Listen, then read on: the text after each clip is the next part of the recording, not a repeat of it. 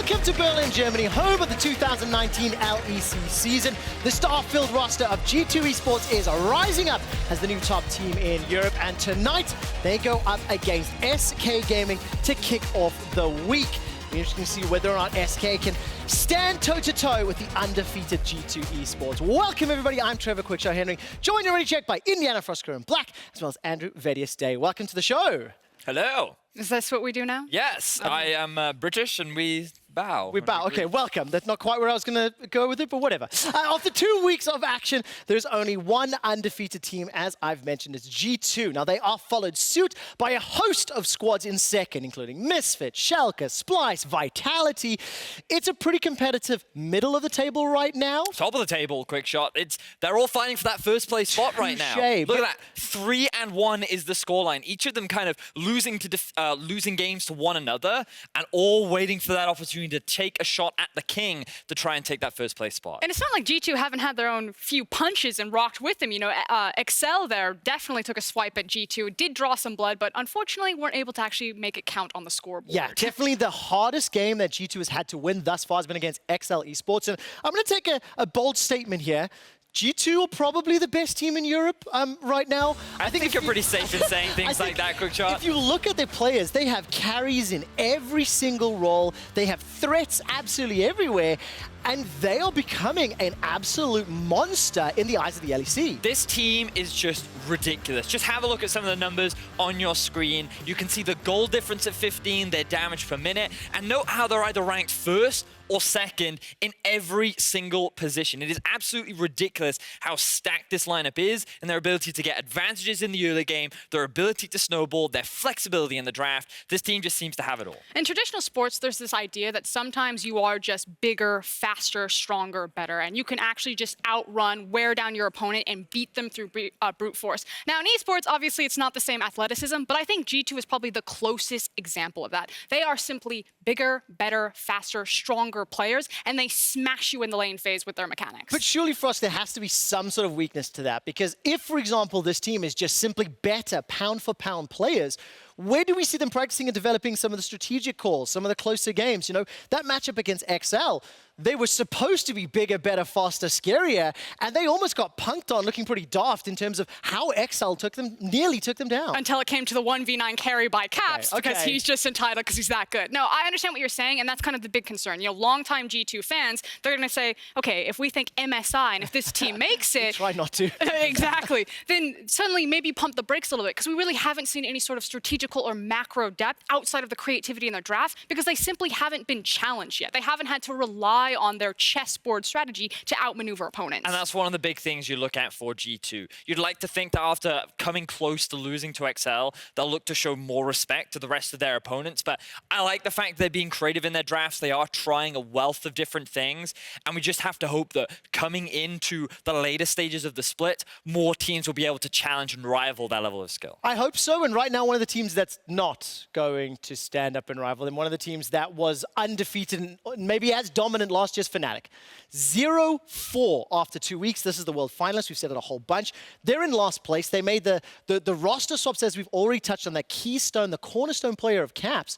And I am just still flabbergasted that this team seems to be floundering and really struggling to find their feet. And what's really concerning is that you can't seem to pinpoint exactly where the problems are going wrong. Yeah. A lot of people looked initially at Nemesis. If you look at Nemesis' numbers, especially in his most recent performance, it was fine. You look at Broxa, maybe you're not getting the same playmaking. Blippo's dying a lot in lane. I think across the board, even Reckless and Hilly having that awful game versus Schalke in that bot lane, I think holistically it's all of Fnatic dropping the ball, which could mean good things that maybe if you just tighten up that synergy, they return to form. What just surprises me so much about Fnatic is why they don't just rely on what they found so much success with last year.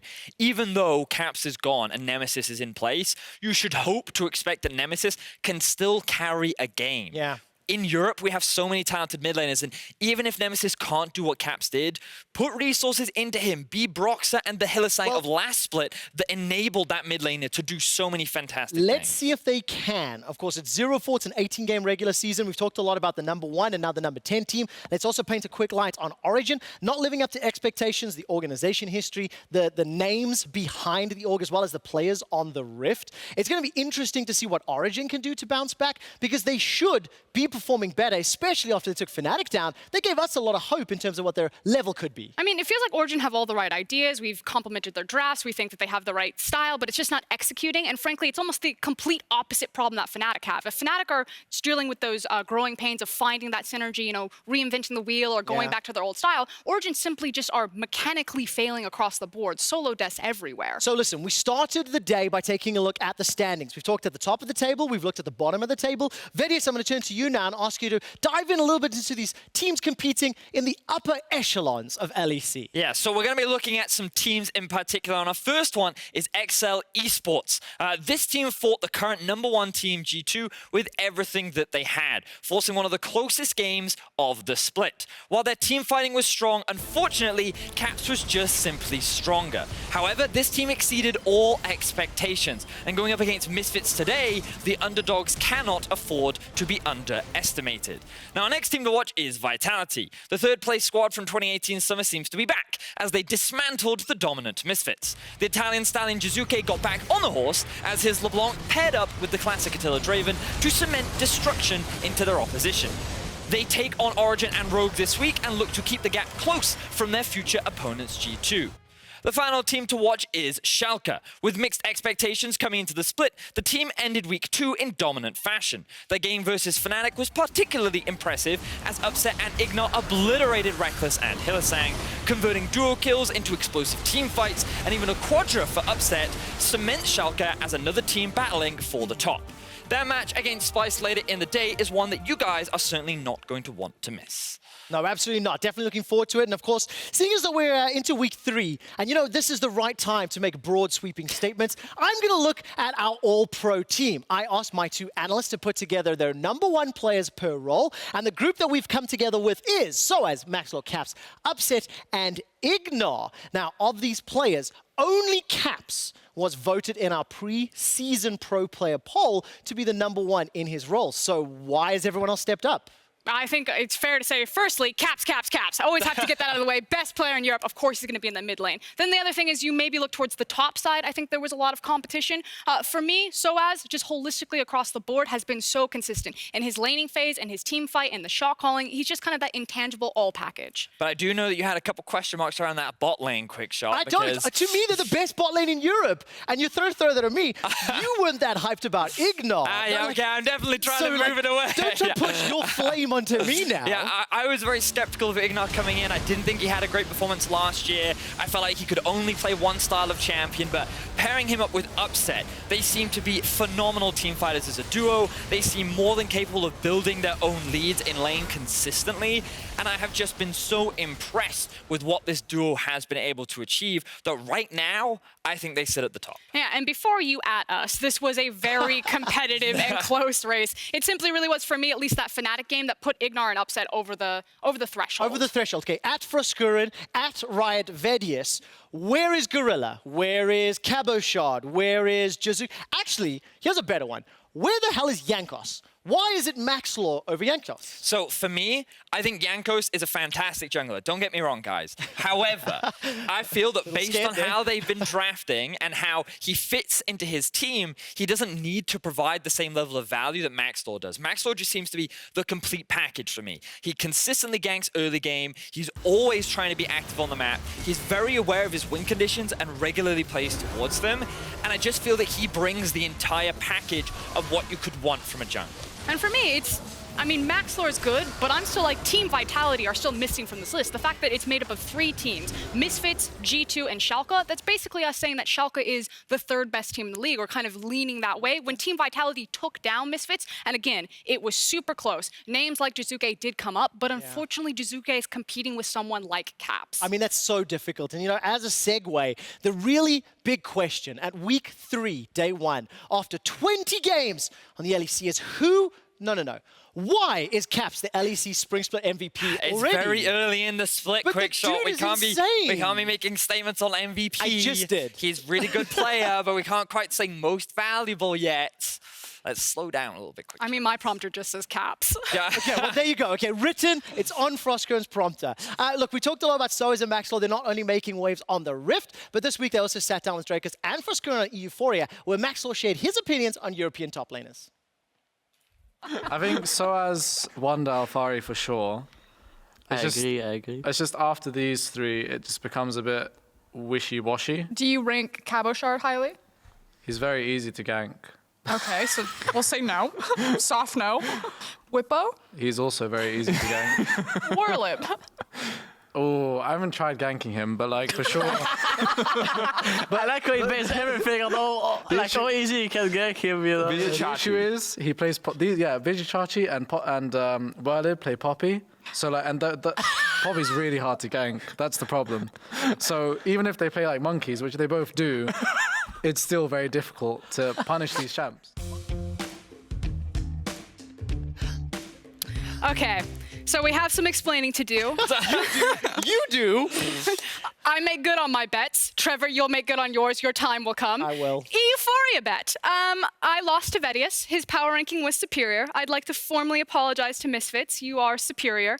And now I'm dressed as a judge, and I've done my civic Because duty. you are being judged, right? Yes. She's being judged for her poor preseason power ranking. I'm Hufflepuff. And of course, it is week 3, so this is definitely the time to be gloating about this. You guys can catch the full episode of Euphoria on YouTube, SoundCloud, Apple Podcast, as well as Spotify. So go check it out, as well as all the back catalog. Now, let's see what we got coming up tonight as we count down to week 3 of the LEC Spring Split. We'll be taking a look at a couple of the games.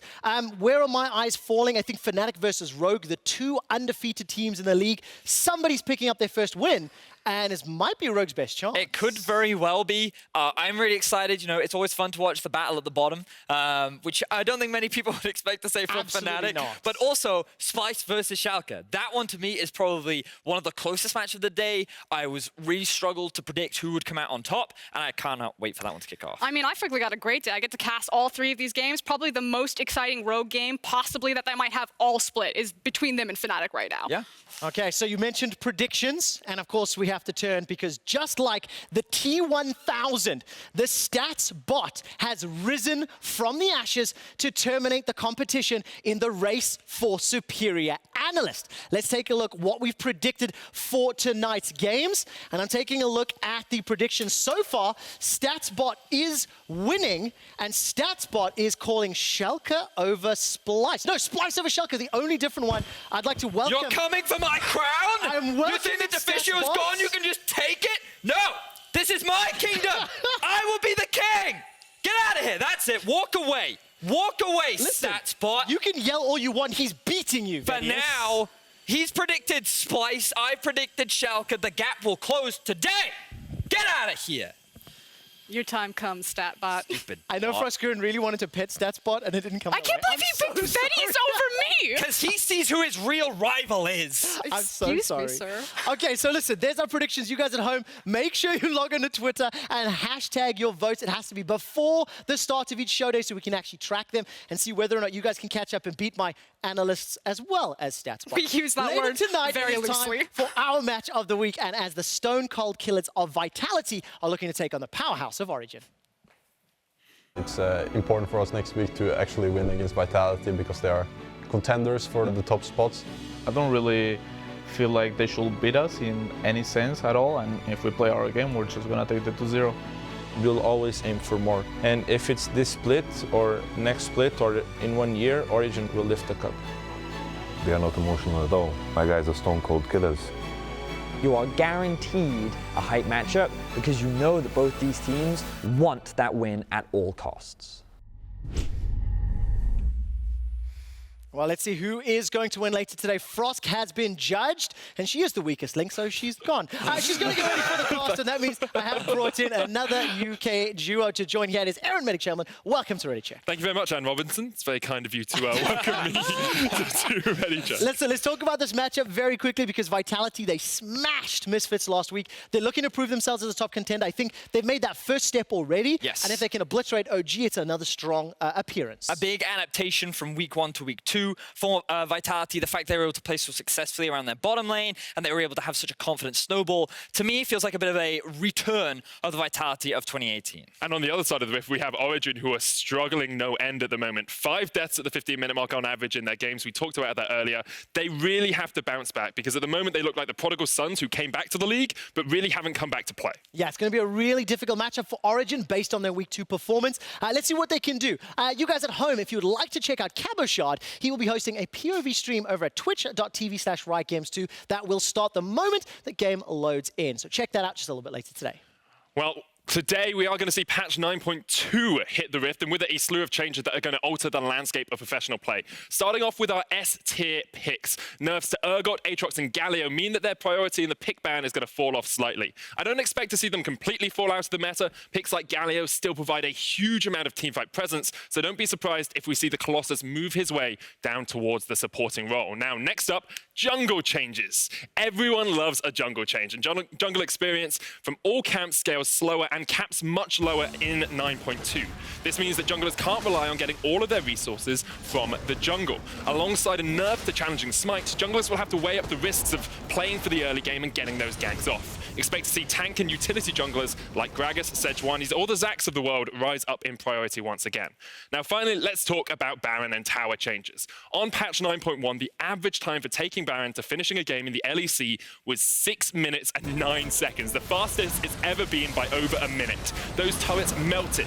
Now to try and make games a little bit harder to close out in a single push, patch 9.2 has taken some power away from those buffed up Flexius minions early on and caused them to scale up a lot slower into the late game. Added to Inhibitor and Nexus towers having more armor and magic resist early in the game, I expect to see a lot more action on the Rift and it to be tougher for teams to finish out games. Now those are the big changes on 9.2. Expect to see a little bit more variation in drafts, some utility-focused junglers coming back, and more comebacks from teams that fall behind. And I think that point is the one I resonate the most with. Really like your summary there, Medic, because the game slowing down, I think, will be really important moving forward in the meta. You asked earlier things like G2, how will they be able to adapt? Will snowballing be the same? I think some of these changes will start that transition as bot lane has become slightly stronger, roaming becomes a little weaker, and I really like the... do I like the game slowing down? I don't know, but I think... The question is, how much does it impact the draft? Because this will add maybe a couple minutes to gameplay. We need to see how it plays out today, but the majority of the picks should remain unchanged. Except there's one.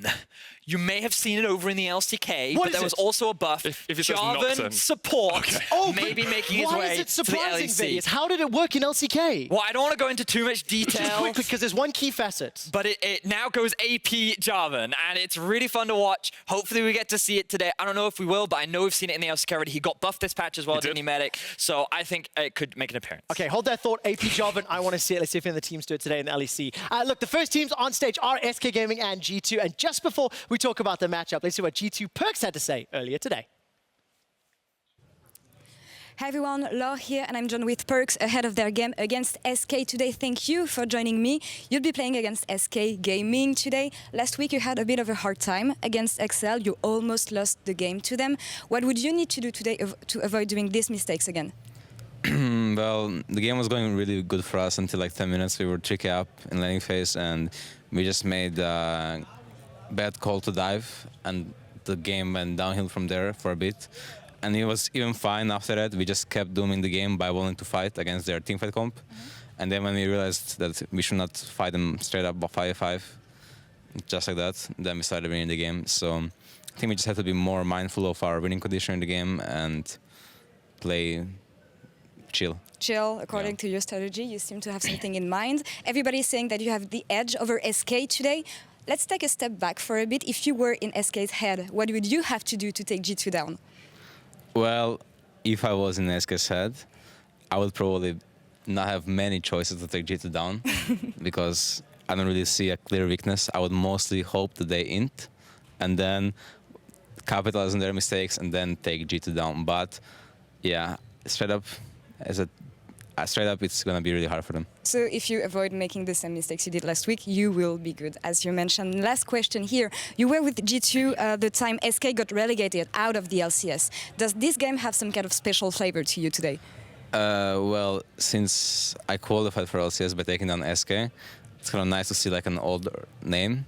But in general, not too much because the players are all different, so I don't really have any connection with any of the players.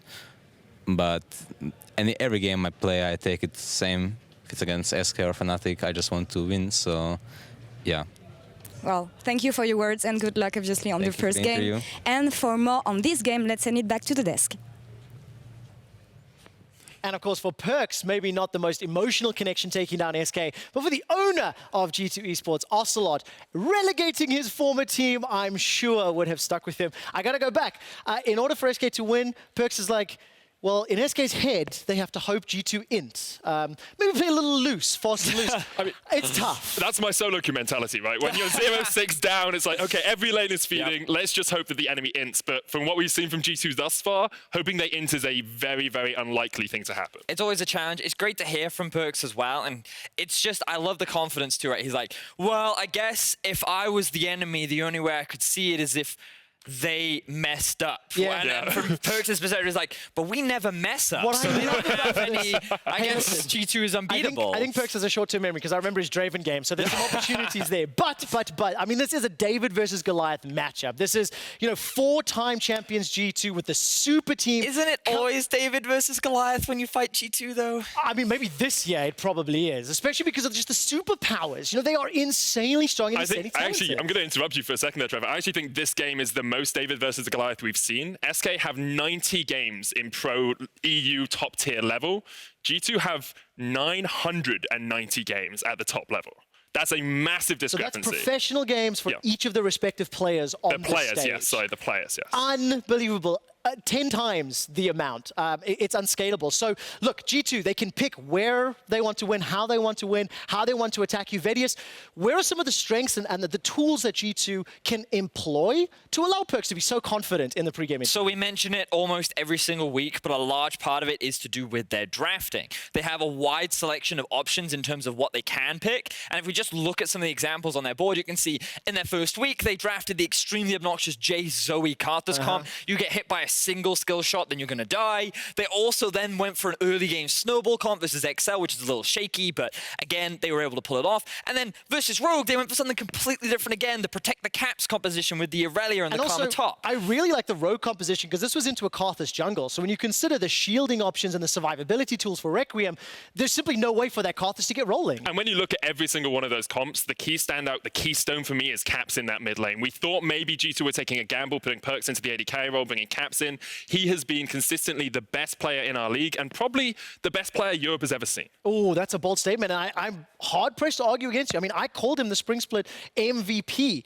Let's turn our attention to the other side of the rift, of course, SK Gaming. Now, they're coming into this matchup as definitely the underdogs. SK, they've had a good start to the Spring Split. They returned to the stage. They're currently sitting at 2 wins, 2 losses. Now, for a new squad, I see some positives, and I see some areas of improvement, shall we say. So Vedius, turns to you. You know, what else can this team do if they don't manage to get ahead? Because that's the only way I've seen them win games. Yeah, unfortunately for SK, it seems that a lot of their wins come from when they play to their game plan. When they come in well prepared, they execute the early game effectively, and then they transition into a solid mid game. That is when we see a very, very good SK that take down surprising opponents, like the likes of Fnatic in week 1, right?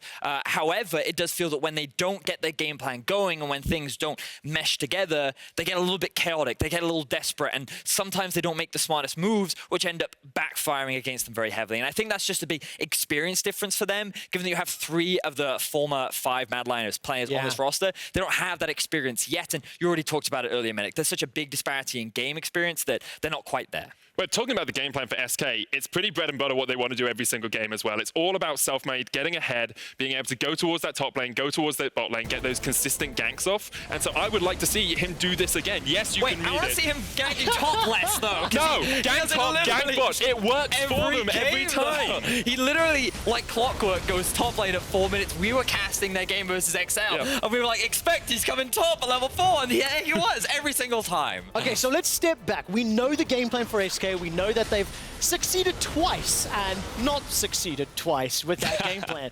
We're very nearly jumping into picks and bans. So how does SK step up to G2 Esports? Can they just use the same strategy, or would you like to see them maybe play around Pyrion in the mid lane, mix something up and try catch G2 off guard? So for me, what I would love to see is Selfmade getting the better of Jankos. For the large part of the split so far, Jankos hasn't really been involved in trying to carry his lanes because his lanes just kind of win by themselves. Yeah. But that also means that you often have pushing lanes that can be taken advantage of. So a lot of my eyes fall onto Selfmade. And if you want to gank top, then fine. Putting Wonder behind is not a terrible thing. But it would be nice if they tried playing around their mid lane. What happens when you do turn Pirin into a carry and also shut Caps down? I actually think there's an argument to never go mid lane at all. Like, Caps is going to 2v1 you 9 times out of 10. Like, he's just that good, right? Go top, get that first gank off, and then just hard camp bot. We've seen Perkz be put behind before. We talked about the Draven game. If you can just totally shut down one of the key components of G2 as an organization, never mind as a team, maybe you can shut G2 down. It's going to be a really difficult task. SK Gaming standing up against G2 Esports. Now, before we start the week, let's get to know SK's rookie jungler, who tonight takes a look down, who looks to take down another European champion. Welcome